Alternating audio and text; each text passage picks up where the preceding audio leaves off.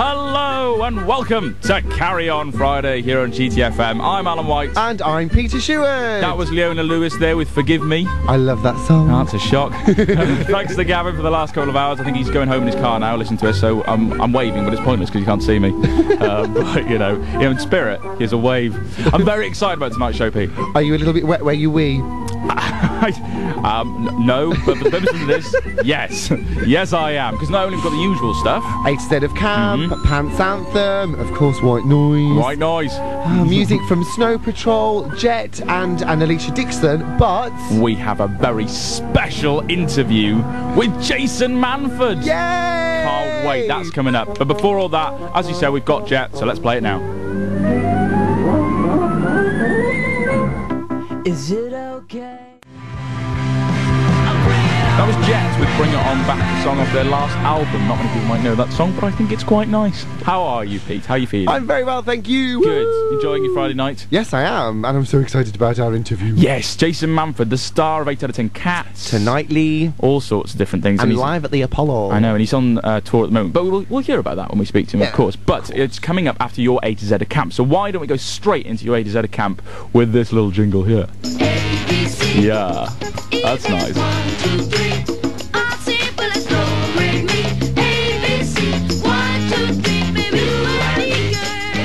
Can you believe we're on M? M. We're like halfway through now. Oh, good God. The 8 set of Camp. It's come so quickly. Well, unfortunate. Yep, it certainly has. You can get pills for it though. I think you're fine. It's okay. Yeah. M this week.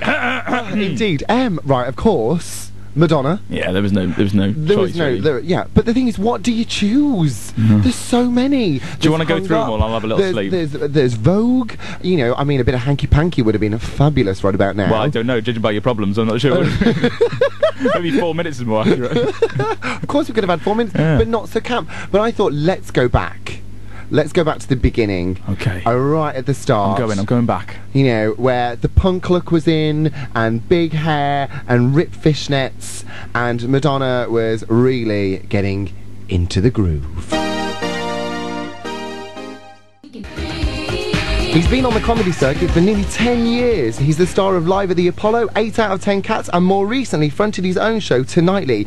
He is being described as a true master of observational comedy, and we are delighted and honoured to have him here on the show. He's truly the comedy angel of the North, the hilarious, the wonderful, the fantastic Jason Manford! Oh, pressure. The pressure's on now, isn't it? It's a hell of a build-up. I do try. How you doing? I'm not too bad, how are you, lads? Not too bad at all. Enjoying our Friday nights. Yeah, living the dream. Yay! Now, we were looking at your biography, and it was really interesting the way you first started in comedy. Oh, yeah? Yeah, could you tell us a bit more about that? Yeah, I used to work at a comedy club just above a pub.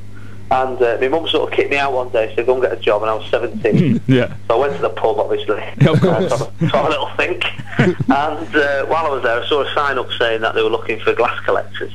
I thought, I can do that, I can collect glasses, it's easy. Yeah. And it was at this sort of comedy night, and I watched all the acts and stuff, all getting up and having a good time, and I thought I could do that. And then one day a couple of acts didn't turn up. I thought, right, here's my chance. I had a go, and it went all right. So simple as that. You just got up, did it, and yeah. I mean, I imagine at the time it was a lot harder, but obviously now I think back and I think, yeah, it was all right. Did you already have material in your head from just like, you know? Yeah, I mean, I'd always been wanting to do it, you know. So I'd always been thinking about it, and this was just the opportunity. Really. So I had 5 minutes. That was enough to get me by, and I've still got 5 minutes, but I've just got a lot of gumps now. Yeah. A lot of filler. No, it's not all filler. Did you do the working men's club circuits? I mean, I have done the odd working men's club, but are they scary, as people say? Yeah, they're like, you know, you think Phoenix Nights is fiction, but it's not. It's not. It's actual, real. It's real. It's like a documentary. It could be a documentary, man. Yeah. I'm telling you. I did one with a mate of mine. It was proper Phoenix Nights. This bloke, he was about 10 minutes into his act, and a bloke went, "Oh, tell us a joke we know." Yeah, he genuinely shouted that. I was like, this is mental. How do you deal with hecklers? You know, over the years, you sort of. I mean, I don't want to show you the strings, lads. Obviously, you know, over the years, you realise that they've got. You can only win in that situation. You're on stage. You've got the microphone. Mm-hmm. The lights are at you. Everyone's facing your way. Mm-hmm. They've had a drink. You haven't. You know, everything's weighted in your favour. You know, and generally, if you give somebody enough rope, they'll hang themselves. You know, and that's generally what happens. Do you have a but I get a lot of people joining in sometimes as well. I have to sort of work out who's heckling. Is someone heckling just to be a nuisance? Mm-hmm. And sometimes I get people heckling. They're not heckling, they're just joining in. The filter between their brain and their mouth, I seem to sort of dissolve it a bit when I'm on stage. And I'll be talking and someone will go, yeah, I've done that. And they'll just join in. We're just trying to have a conversation. Yeah. Now, of course, you're in Wales tomorrow Can't at wait. the Sherman Theatre. Living the dream, can't wait, looking forward to it. Have you been to Wales many times before, or Cardiff? I've done a few bits in Cardiff. I've done a Glee Club in Cardiff, and so I've been there. And I did an after dinner thing for a rugby club once in Newport. Ooh, interesting. And it was proper rough. Proper rough. I mean, it wasn't like a rough place, but it was like a rough gig, you know. Yeah. And I remember going on. Basically, this bloke said, this big fella, Goff, he was called, but even though it was written down Jeff, I was like, what's that about? And he goes. I mean, I'll try and do the accent, but he says, "Right, we're gonna do a little presentation now. We've got Johnny here. Of course, he broke his leg in the first game of the season. We thought he'd never play again, and he came back the last game, scored the winning try. He's our hero. Let's give him a big round of applause, everybody." And he come up on stage, and everyone stood up like cheering, like, "Woo, come on, Johnny!" And he starts crying. This bloke, "I can't believe it, Goff. I can't believe it. I thought my career was over." And it was like phenomenal. And then they all had a little cry. And then he went, "Anyway, let's have some comedy. Jason Manford." And I was like, "You're joking, are you?" Follow walk that. out. Yeah, like follow two man mountains crying. So what can people expect from the show tomorrow? Do you know what? It's just sort of funny things that I think. If I had a title for it, that'd be it. Funny things that I think. If the poster company didn't charge you per word, that's what it'd be called. But I've decided. I was like, you're having a laugh, mate. I'll just call it Jason Manford. But so it's just a sort of random things that I've sort of collected and stuff over the last 10 years, you know, in my head, sort of thing. So funny.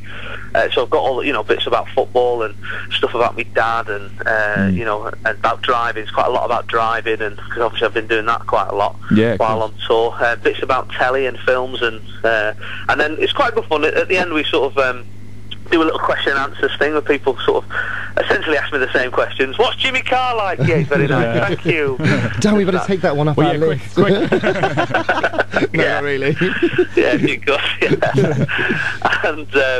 And then we do that, and then I pop out at the end, do a little signing people's breasts and nice. taking pictures. Yeah, it's good. That's a good perk of the job, isn't it? Well, it's weird sometimes. Someone's like, "Can you sign my boobs?" I go, "No, sir." That's not happening. Well, you mentioned Jimmy Carr there, and of course you're on 8 out of 10 Cats, along with your TV. How did that come about? Because of course Dave Spikey was doing it. He was the captain first. How did you get that? I had him killed. Did you? I wondered where he'd been. Yeah, I had him killed. No, I went on as a guest. I was on Dave's team, and it just sort of went well, really. I had a good time, and they asked me to come back and be a guest again. And then Dave decided he wanted to sort of leave and concentrate on other things. He's writing and stuff, and they sort of said, "Oh, you know, we need another Northerner." So good Northerner, nice. Yeah, I don't know if that was the case, but they certainly just said, you know, we enjoyed working with you. Do you fancy coming on? And I snapped their hand off. Cool. That's fantastic, Jason. We'll be back with you just after this. Daniel's 11.